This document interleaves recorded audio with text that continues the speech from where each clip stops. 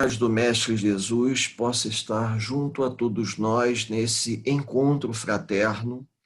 Estamos unidos pelo coração para falarmos do Evangelho, capítulo 9, item 8, 9 e 10, Instrução dos Espíritos, onde nós vamos fazer um comentário sobre comunicações que Kardec recebeu do Espírito Fenelon e do Espírito Lázaro, e as instruções dos Espíritos com relação à questão do perdão, à questão da prática do amor, em particular da prática do exercício do amor. Quando Jesus esteve junto a todos nós, ele utilizava muito a expressão do exercício do amor. Mas os homens da época, pessoas atrasadas, que tinham uma visão muito limitada com relação à palavra em si, amar, acreditavam que o amor que Jesus sugeria era o amor do mundo, o amor entre um homem e uma mulher. E, na verdade, Jesus estava pregando o amor de almas, o amor, a prática associada à prática da boa vontade, à prática da caridade, à prática do perdão, à prática da aceitação. Isso demorou muito tempo até que as pessoas percebessem a diferença que existia entre o amor que o Cristo dizia que as pessoas deveriam exercer e a prática do exercício do amor mundano. Não é novidade nenhuma que muitas palavras que nós utilizamos, elas têm mais de um significado. Principalmente, se pegarmos o Aurélio, nós vamos observar que a mesma palavra, ela pode, dependendo do contexto, ela tem um significado diferente. E, às vezes, na doutrina espírita, a gente precisa tomar um pouco de cuidado, porque as passagens de Kardec, elas são muito objetivas. Mas, se nós olharmos superficialmente, nós podemos fazer uma interpretação errônea. E o espírito Lázaro e ele, assim como o espírito Fenelon, procuram nos mostrar a oportunidade que nós estamos tendo para aprender a perdoar na matéria o nosso semelhante, até mostrando também que essa seria a maior caridade. É caridade você ajudar quem precisa, dando uma cesta básica, dando uma esmola na rua? Sim, mas a maior caridade é você relevando a atitude do nosso semelhante. E nós estamos passando por um momento, não dá para que a gente faça nenhum tipo de exposição, deixando de lado o momento histórico que nós estamos vivendo, onde nós precisamos exercer a prática do perdão aos outros. Até porque, à medida que vamos nos enfronhando no conhecimento da doutrina espírita, à medida que vamos nos capacitando, a gente vai adquirindo uma visão mais dinâmica, uma visão mais larga da realidade, que nos dá condições de ter um alcance de compreensão que muitas pessoas não têm. Eu costumo dizer que quando a gente explica uma determinada coisa, algumas pessoas entendem e outras compreendem. Entender o que está sendo dito é uma coisa, compreender o que está sendo dito paralelamente, muito poucos. E foi exatamente o que aconteceu quando Jesus pregou a prática do amor e do perdão. As pessoas entendiam, mas não compreendiam onde ele estava querendo chegar. E Allan Kardec vai nos legar um conhecimento fabuloso, porque ele vai desmistificar e, vamos dizer assim, Kardec ressignificou na idade contemporânea os ensinamentos do mestre. E nós, no dia de hoje, estamos procurando, mais uma vez, ressignificar, até mesmo quando temos que estudar passagens muito atuais e que a gente percebe que o verdadeiro significado não é o significado do Aurélio, não é o significado da palavra, da expressão da palavra ao pé da letra. Porque as expressões, as palavras, o entendimento, eles podem sofrer uma mudança de acordo com a cultura, de acordo com a época. Mas o verdadeiro significado, o verdadeiro sentido do vocábulo que existe por detrás, desde a época em que o mestre nos legou esse conhecimento, ele é eterno, atemporal, se nós podemos dizer assim. E o que quero dizer com isso? Que Jesus já nos deixou o conhecimento pronto, mas nós não tínhamos capacidade de entendimento para conseguir atingir o que ele estava querendo dizer. Porque amar não é você simplesmente ter uma relação de companheirismo de um casal. O homem ama a mulher ama o homem. Foi esse o primeiro entendimento das pessoas na época do Cristo. Mas, com o passar do tempo, as pessoas começaram a perceber que o sentido de amor era um sentido mais amplo. Você amar a natureza e procurar preservá-la, amar os animais e procurar respeitá-los, amar o próximo como a si mesmo, amar os seus semelhantes, mas não é o amor de posse, porque durante muito tempo nós tivemos uma distorção disso. Na época do próprio Império Romano, quando Cristo esteve aqui, o imperador Augusto, se eu não me engano, ele dizia uma coisa muito típica, que, se não me falha a memória, historiadores e pesquisadores, no passar do tempo, vão utilizar as palavras de Augusto. E, se eu não me engano, Maquiavel é um deles, aonde diz que a lei é para todos. Porém, para os amigos, nós tratamos de forma diferente. Então, curiosamente, aos amigos tudo, aos outros a lei, até hoje a gente infelizmente vê isso aí.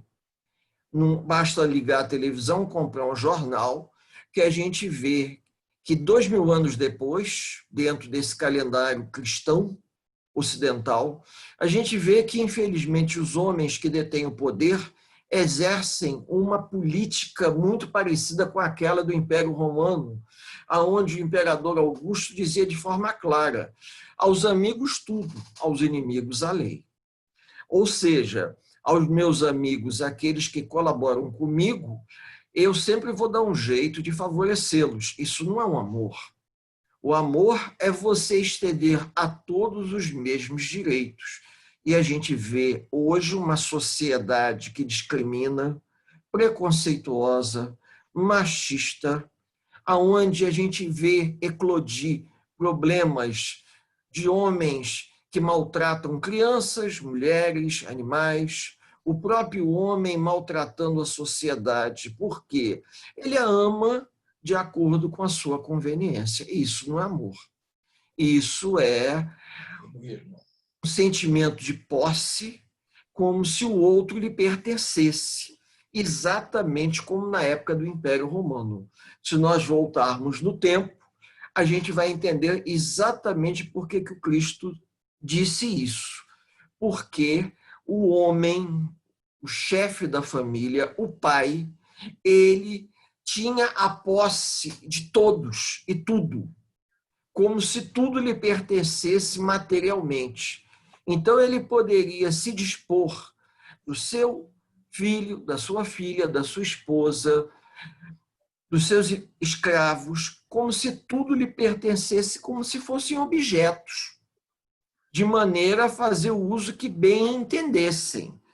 E foi o cristianismo que começou a pregar uma visão um pouco diferenciada, principalmente no trato para com o semelhante. Isso começou a se modificar.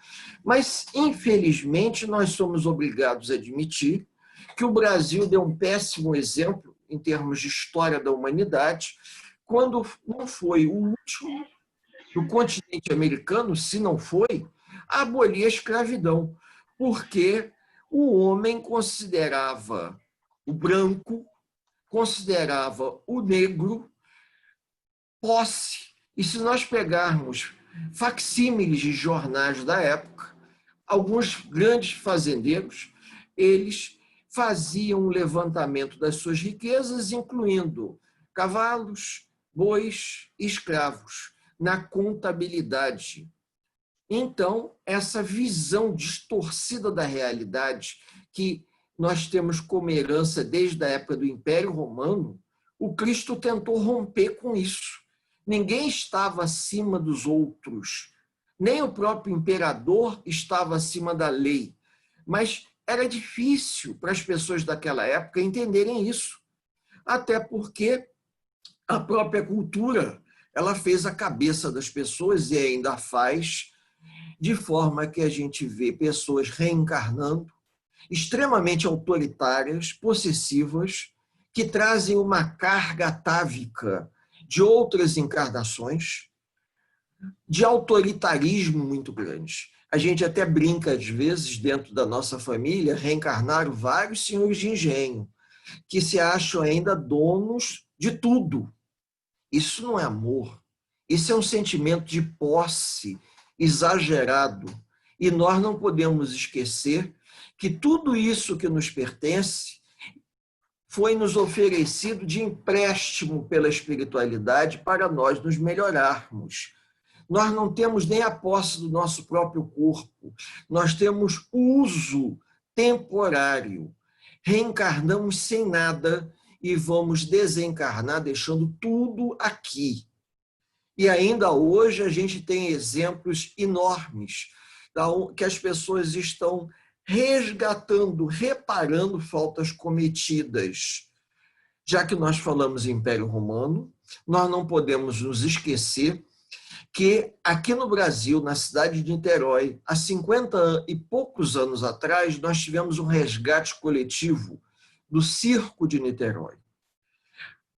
Pessoas que traziam um comprometimento desde a época do Império Romano, por conta daqueles que eram lançados ao circo.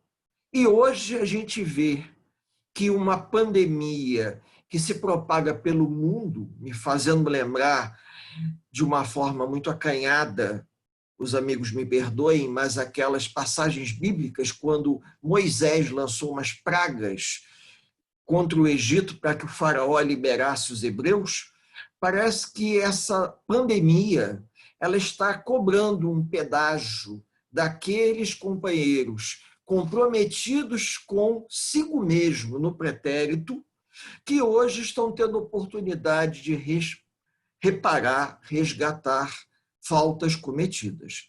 É óbvio que fica difícil explicar isso para pessoas que estão perdendo entes queridos. Na nossa casa espírita, nós já perdemos 4 companheiros de coronavírus. Frequentadores, trabalhadores e assistidos. Então, até agora, no intervalo de 2 meses, 4. E a gente consegue compreender que tudo isso é o reflexo do mau uso do nosso livre-arbítrio. Podem ter certeza. Não há dúvida, nós não vamos dar bobeira, não vamos nos expor, mas a gente sabe perfeitamente que Deus não permitiria que uma pandemia de tamanhas proporções acontecesse se não fosse para o bem coletivo da humanidade.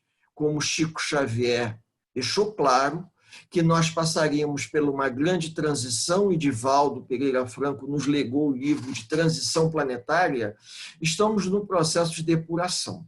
E a gente pode aproveitar, pegando essas passagens do Evangelho e mostrando que, quando Kardec nos legou esse conhecimento, os espíritos que colaboraram nessa obra procuraram exortar a todos nós o exercício da prática da caridade para com os outros, da caridade para com nós mesmos, a caridade do perdão, perdoarmos porque as pessoas não têm a compreensão exata do que fazem, saber amar sem apegar.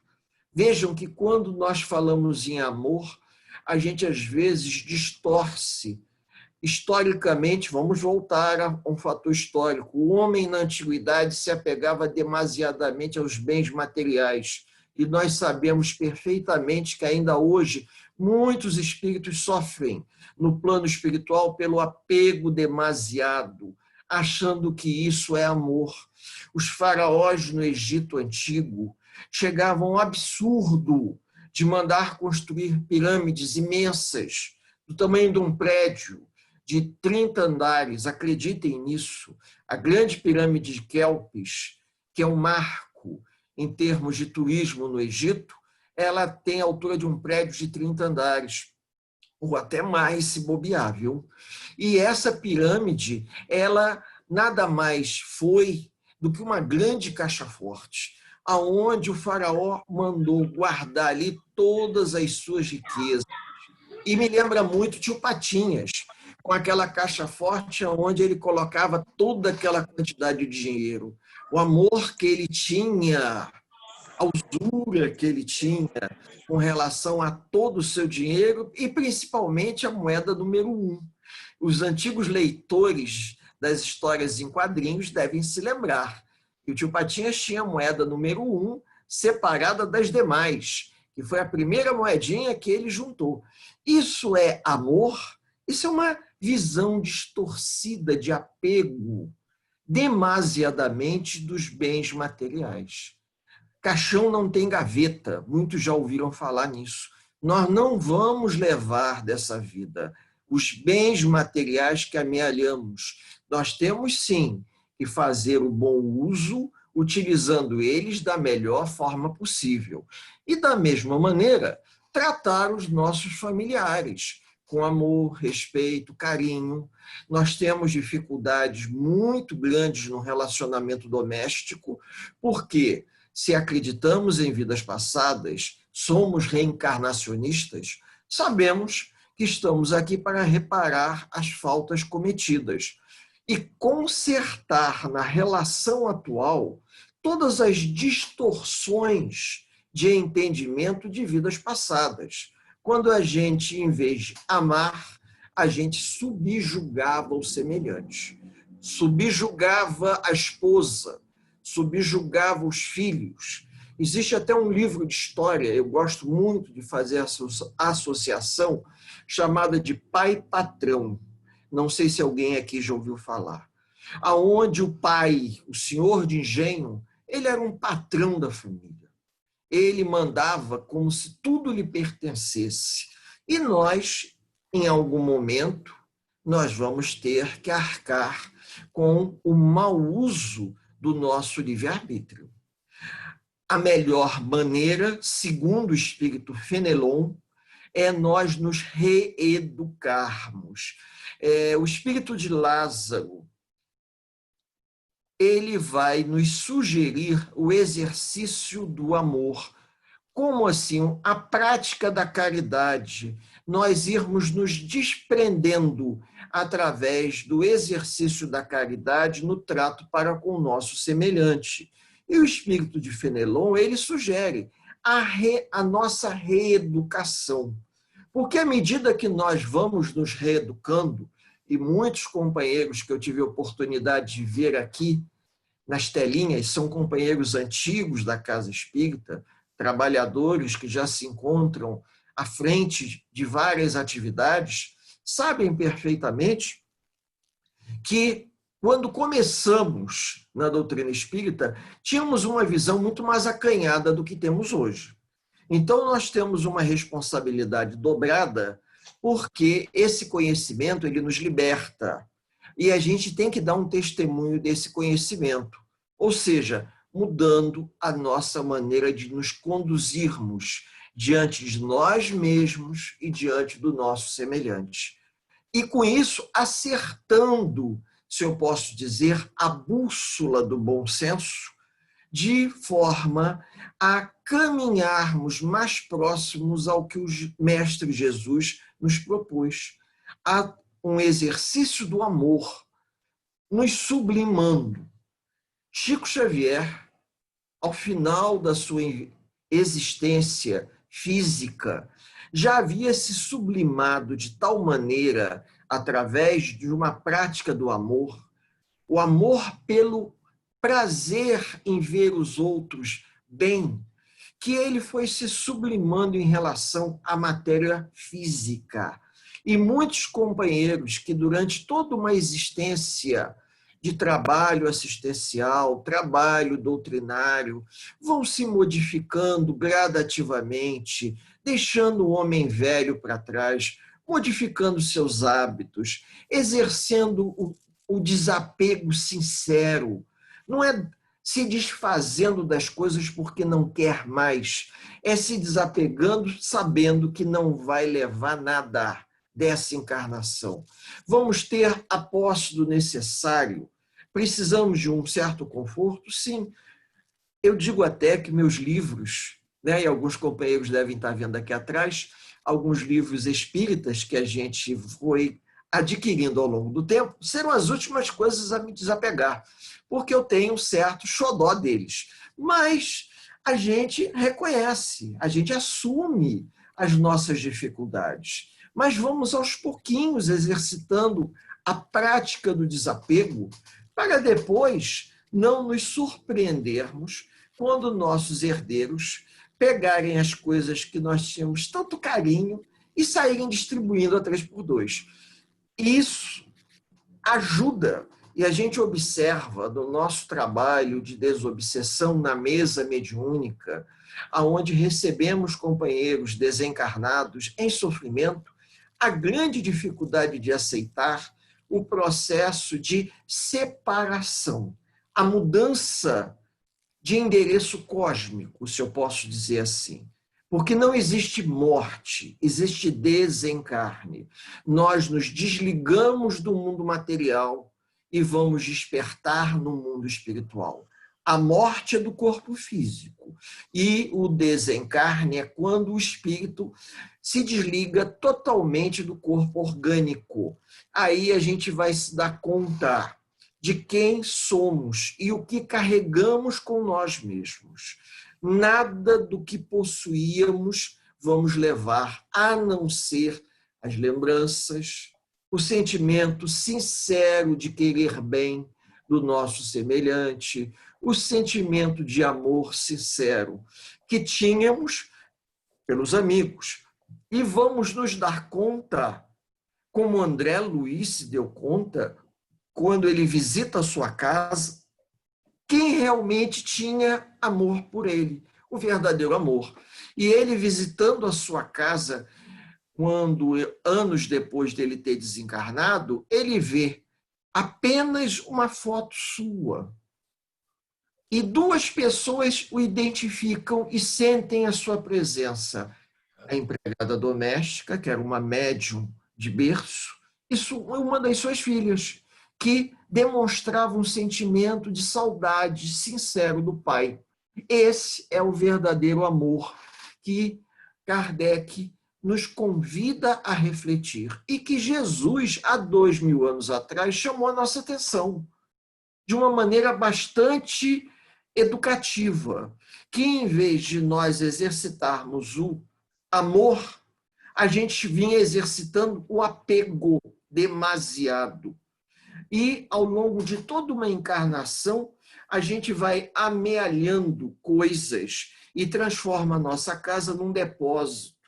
Alguns companheiros, infelizmente eu sou obrigado a fazer esse comentário, acabam sendo acumuladores compulsivos, porque sempre alegam que tudo que possuem é porque conquistaram, amealharam, foram juntando, armazenaram bens que não abrem mão. Infelizmente, A gente tem que admitir que a nossa cultura acaba contribuindo para isso.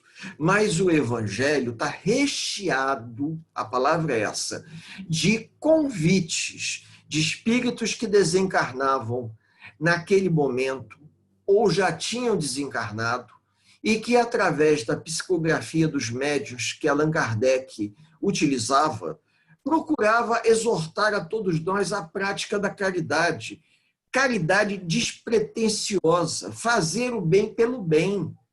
E nós estamos vivendo um momento extremamente propício para isso, onde a gente está tendo chance de depurar antigos sentimentos. Quando a gente, pelas ruas da cidade, encontra um grande número de pedintes. Alguns a gente, com boa vontade, faz uma doação, colabora, ajuda. A casa espírita, muitas casas espíritas estão fazendo um trabalho com moradores de rua, distribuindo alimento, até porque o comércio estando fechado, essas pessoas não têm como recorrer às pessoas que passam, aos pedestres, para pegar um trocado para comer um lanche. Então, nós estamos aí tendo uma oportunidade excelente de exercitar a prática do amor. E eu reconheço que todos nós, sem exceção, temos uma dificuldade de desprendimento muito grande. Às vezes, a gente prefere ajudar a casa espírita na compra dos mantimentos para a distribuição da cesta básica. Mas esses moradores de rua, esses indigentes, mendigos, a gente às vezes tem uma dificuldade até de ajudar. Eu costumo dizer, compre um lanche, dê o lanche. Você vai dar um dinheiro, não sabe o que ele vai fazer com esse dinheiro. Até com uma forma de ir atenuando a nossa crítica em relação ao outro. E é exatamente sobre isso que o espírito de Lázaro diz: vamos criticar menos e ajudar mais. Nós não sabemos o que se passa com o outro. A gente olha e julga. Quem somos nós para julgar? Nós estamos sempre questionando se aquele que estende a mão para nos pedir alguma coisa da rua de fato precisa ou se acostumou a viver assim. Nesse momento histórico que nós estamos passando, é uma oportunidade imensa de nós nos modificarmos. Se eles vão se modificar, aí é uma outra história. Porque no momento em que eu tenho consciência de que eu estou tentando ajudar aquele que me pede ajuda, o uso que ele vai dar, a ajuda que eu estou dando, já é uma outra questão. Mas eu estou tendo a oportunidade de ajudar pelo prazer de ajudar. Que ele faça um bom uso e siga o seu caminho. Exatamente como na casa de acolhimento que Pedro, a casa do caminho, que Divaldo se espelhou para fazer a mansão do caminho, aonde Pedro recebia os andarilhos e procurava ajudar esses andarilhos da melhor forma possível, com água, com comida, com uma palavra amiga. No livro Pontos e Contos, de Irmão X, nós temos uma passagem muito interessante, aonde o irmão X nos conta que Pedro, em determinado momento, além de atender as pessoas e lhes auxiliar, como muitas ele conhecia, porque era uma cidade pequena, Pedro, às vezes, fazia um atendimento fraterno à moda dele, podemos dizer assim. Passava um sabão no indivíduo, dava uma esculhambação, porque ele conhecia o indivíduo, sabia por que o indivíduo estava vivendo aquele momento complicado, e dizia: eu vou te ajudar, mas você está passando por isso porque a culpa é sua. E um dia, Pedro, ele foi surpreendido porque, no final de uma noite de atendimento, quase no início da madrugada, quando ele já estava encerrando as suas atividades, surge uma figura nas sombras da noite. E ele, já cansado de atender aquelas pessoas difíceis, reclama e resmunga: eu hoje já encerrei as minhas atividades. Venha amanhã. Quando ele escuta uma voz que ele conhecia muito bem, e a voz lhe dizia: Pedro, sou eu. Eu vim aqui para conversar com você. E ele reconhece que era Jesus. Aí ele cai de joelhos e bate um sentimento de culpa imenso, porque naquele trabalho assistencial ele resolveu estabelecer regras para ajudar de acordo com a disponibilidade dele. E o Cristo disse uma coisa que serve para todos nós. Carrega o peso da sua própria culpa. Não cabe a nós julgarmos ninguém. Aqui, caramelo. Não cabe aqui, a nós analisarmos a verdadeira necessidade do outro. Se ele nos busca e nos pede ajuda, devemos ajudar dentro das nossas verdadeiras possibilidades. Essa passagem do irmão X, ela pode ser lembrada nesse momento histórico que nós estamos vivendo. Eu acho que é no livro Pontos e Contos. Sempre é uma surpresa no final de cada capítulo desse. E dá para fazer uma associação com o espírito de Lázaro, aonde nós devemos exercitar a caridade sem estabelecer nenhum tipo de regra, nenhum tipo de condicionamento crítica. A gente ajuda. O que o indivíduo que busca ajuda vai fazer do que nós estamos fazendo por ele, isso aí cabe a cada um. Da mesma forma que aquele que recebe uma cesta básica vai conduzir a sua vida da forma que ele acha que deve, aquele assistido que busca o atendimento fraterno na casa espírita, o passe, a água fluidificada, esperando ouvir uma palavra amiga do trabalhador da casa, do dirigente da reunião pública, também. A gente precisa quebrar um pouco de toda essa estrutura, de toda essa estrutura atávica que a gente traz conosco. O processo de reforma íntima, ele começa com cada um de nós. E não cabe a gente tentar impor a reforma íntima ao outro.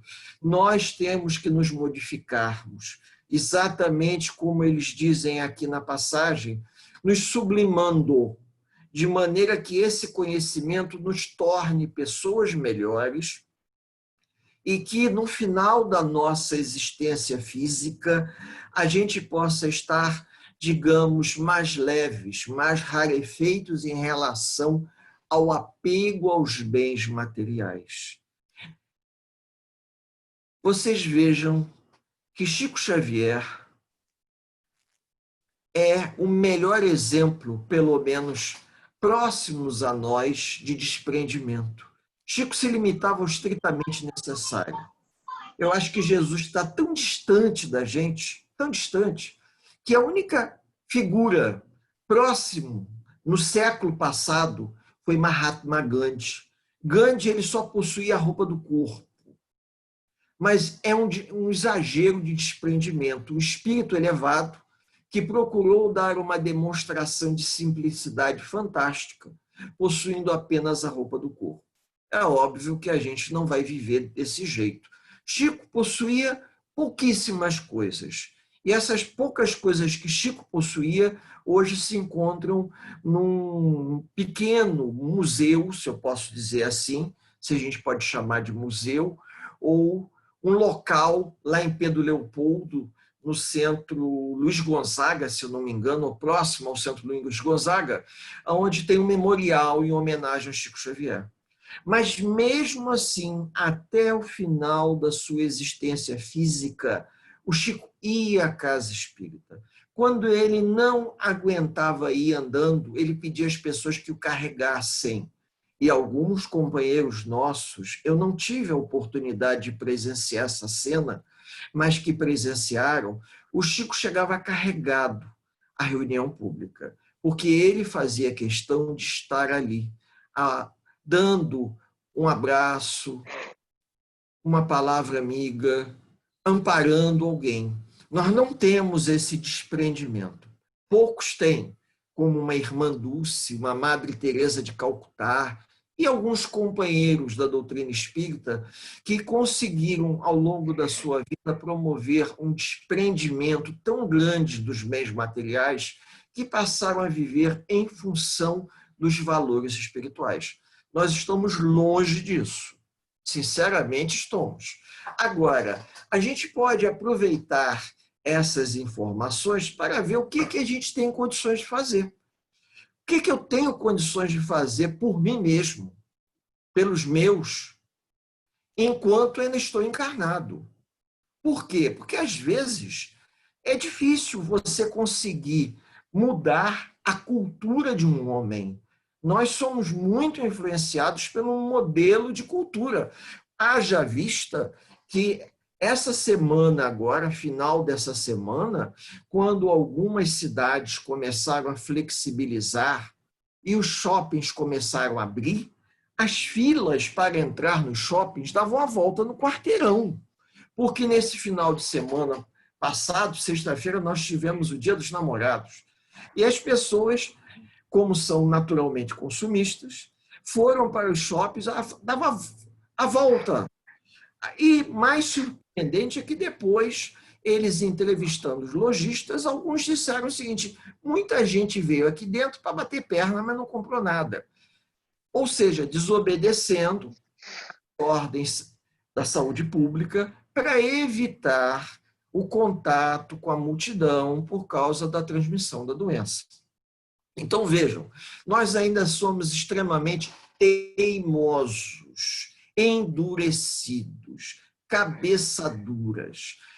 O Cristo já sabia disso e há 2000 anos nos deixou esse manual para que a gente possa se modificar. Mas só existe uma maneira sincera. A gente tem que dar um testemunho. E esse testemunho a gente não dá aqui filosofando para os amigos. Espírita falar para espíritas é muito tranquilo. Agora, você precisa viver esse conhecimento no seu dia a dia.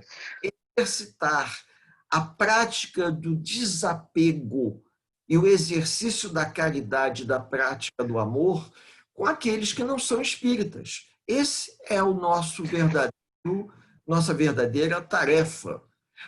Inclusive, relevando o fato de que muitas pessoas não têm o conhecimento que nós temos. Uma vez estando no Centro Espírita Leon Denis, uma historinha um pouco antiga, conversando com Altivo Panfiro, num sábado, naquelas reuniões de 8 horas, que às vezes a gente saía de lá, o centro fechando quase meia-noite, conversávamos com o Altivo, tentando entender melhor algumas passagens, na esperança que o Dr. Hermann, quem conheceu, se lembra, nos orientasse dizendo alguma coisa. E sempre vinha alguma expressão que ficava à nossa mente. E Dr. Hermann dizia às vezes o seguinte: você já tem algum conhecimento, coloca em prática, não se esqueça que você já tem algum conhecimento, você não pode dizer que não sabia. Emmanuel nos diz: quem tem meia hora de evangelho já tem algum flash de alguma coisa que deve fazer. E se nós já temos anos de convivência na casa espírita, mesmo passando por situações delicadas, mesmo passando por grandes desafios, nós temos que ter uma conduta diferenciada. É fácil? Não, não é não. Porque o homem velho ainda fala mais alto. O homem velho que eu estou tentando deixar para trás, sublimar, ele às vezes fala mais alto, ele era extremamente quem eu fui em vidas passadas, em que é muito presente na atual encarnação. Ele fala mais alto, ele é prepotente, ele de vez em quando me lembra que ele é o dono da verdade. Eu tenho que ficar calado. Tenho que ficar calado, dando para pensar que o maior desafio não é Educar os outros, não. É eu me reeducar. Fazer uma ressignificação dos sentimentos. Educar meu filho foi uma tarefa difícil, mas me reeducar os meus sentimentos, mudar a minha conduta diante do semelhante, é uma tarefa muito mais difícil do que eu imaginava. Por quê?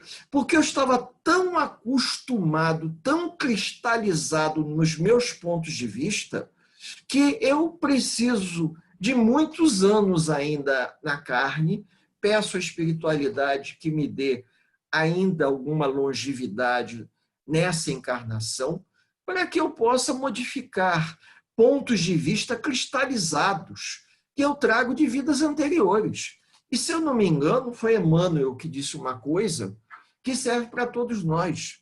Às vezes, é mais fácil você adquirir 9 virtudes do que você conseguir remover um defeito que está instalado no seu mundo interior. E esse defeito pode ser uma forma de pensar atávica, tão antiga, que você traga há 200, 300, 500 anos atrás, que faz parte da sua estrutura. Eu diria modificar as nossas crenças. Então, a sugestão do espírito Fenelon é a reforma íntima. Assim como do espírito Lázaro, promover a reforma íntima, mas nós nos reeducarmos para poder lidar com o nosso semelhante através da prática do amor raciocinado. É a fé raciocinada. Estou me modificando, pretendo me tornar um ser humano melhor, no trato para com o próximo e no trato para comigo mesmo. É fácil? Eu vou conseguir mudar de uma hora para outra? Não. Até porque foram várias encarnações reincidindo em erros por conta da crença de uma época em que eu me afinei muito com essa crença, com essa maneira de pensar. Então, eu vou precisar de uma encarnação ou duas para desinstalar do meu mundo mental, do meu inconsciente, estruturas de pensamento que eu alimentei. Alimentei durante muito tempo, como coisas certas. Existe uma passagem, nosso tempo já está chegando ao final, eu estou controlando a hora aqui. E nessa passagem, é uma passagem, não sei se é dos Estados Unidos, aonde um jovem índio, eu não sei se é da tribo dos Sius, perguntou ao seu avô o que era o sentimento de raiva que ele sentia em relação aos outros, algo mais ou menos assim. E que ele, muitas das vezes, não conseguia superar o sentimento de raiva, o sentimento de mágoa que ele tinha dos amigos, dos companheiros da tribo. E aquele velho índio, com uma experiência muito grande, provavelmente de outras vidas, disse para ele o seguinte, usando a cultura deles: meu filho, todos nós temos dentro de nós 2 lobos. Um representa o bem e o outro representa o mal. O lobo que vai vencer essa luta é aquele que nós alimentarmos com os nossos sentimentos.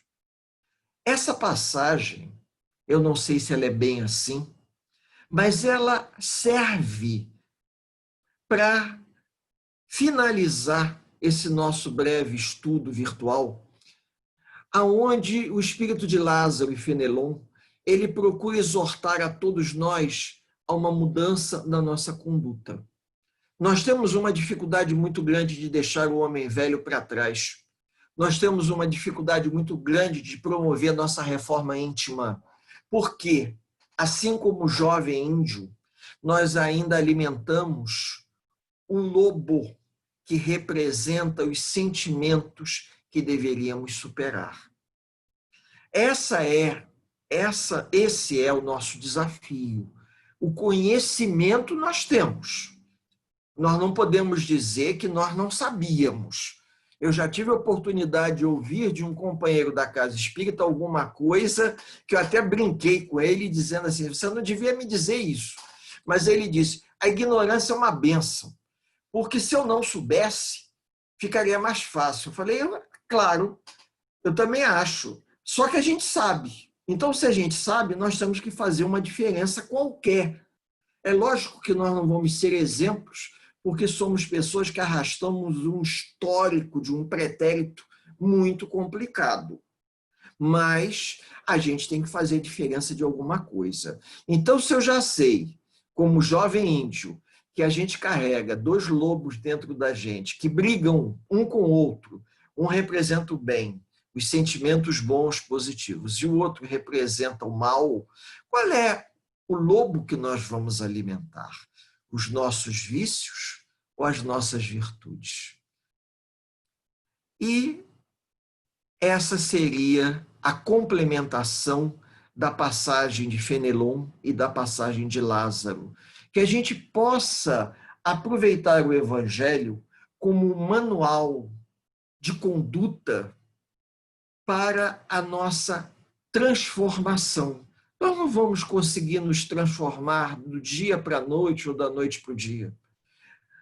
Pelo que a gente observa na convivência com muitos companheiros da Casa Espírita, às vezes é necessário uma encarnação inteira para que a gente se dê conta, que a gente desperte e que a gente comece a trabalhar em prol do bem, exercitando o amor pelo amor.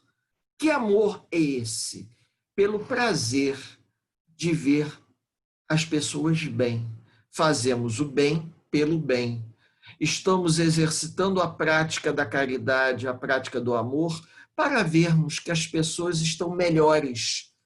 Estamos semeando o bem, de maneira que essas sementes possam produzir alguma coisa positiva. Não sei se ainda dá tempo. Existe uma velha história, se eu não me engano, chinesa, que uma mulher carregando um bambu nos ombros, com 2 vasos, levava água da fonte até a sua casa. Os 2 vasos de barro amarrados ao bambu, pendurados no bambu, um de cada lado, sendo que um vaso era rachado e o outro era perfeito. Com o passar do tempo, ela ia, apanhava água, levava a água de volta para sua casa, mas sempre o vaso rachado nunca chegava cheio, porque boa parte da água ficava pelo caminho. E, como é uma lenda, o vaso rachado, ele disse para a mulher, por que você ainda me utiliza? Boa parte da água que você pega da fonte se perde pelo caminho. Eu nunca consigo levar a água toda que você apanhou na fonte para a sua casa, para a sua família. Que utilidade eu tenho? E ela disse, você vai observar a utilidade que você tem. Ao longo do caminho que eu faço com vocês dois, o outro que está inteiro não vaza água nenhuma, mas a água que você vem vazando pelo caminho vem aguando as plantas por onde eu venho passando. De alguma forma você ajuda, porque você vai regando as plantas, as flores, e vai deixando um rastro positivo pelo caminho. Assim somos nós. Temos nossos defeitos? Temos, mas não podemos desistir da nossa caminhada porque somos vasos rachados. Mesmo vazando água pelo caminho, acredito que exercitando a prática da fé raciocinada espírita, tendo a consciência do estudo do Evangelho, nós teremos condições de ir regando os jardins das pessoas, os caminhos, e alguma coisa vai florescer. Eu desejo aos amigos uma noite de paz e uma noite de luz. Que Jesus nos abençoe a todos, encarnados e desencarnados, que nos encontramos conectados. É uma conexão de mentes, porque Chico Xavier já nos legou isso. Quando nós desejamos, nos tornamos um condomínio de almas ligadas pelo amor mentalmente umas às outras. Isso há meio século. E hoje eu diria que todos nós estamos em rede, vibrando em prol do bem. Que assim seja.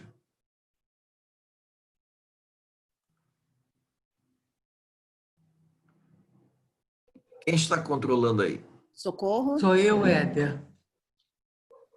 Muito obrigada pela sua palestra. Foi muito construtiva, abençoada. Foi muito boa. Nós te agradecemos e que você esteja sempre conosco. Quando desejarem. Foi uma explanação sobre o Evangelho excelente. Obrigada, em nome do SEACE. E você faria uma pequena prece para a gente? Claro. Para finalizarmos? Claro.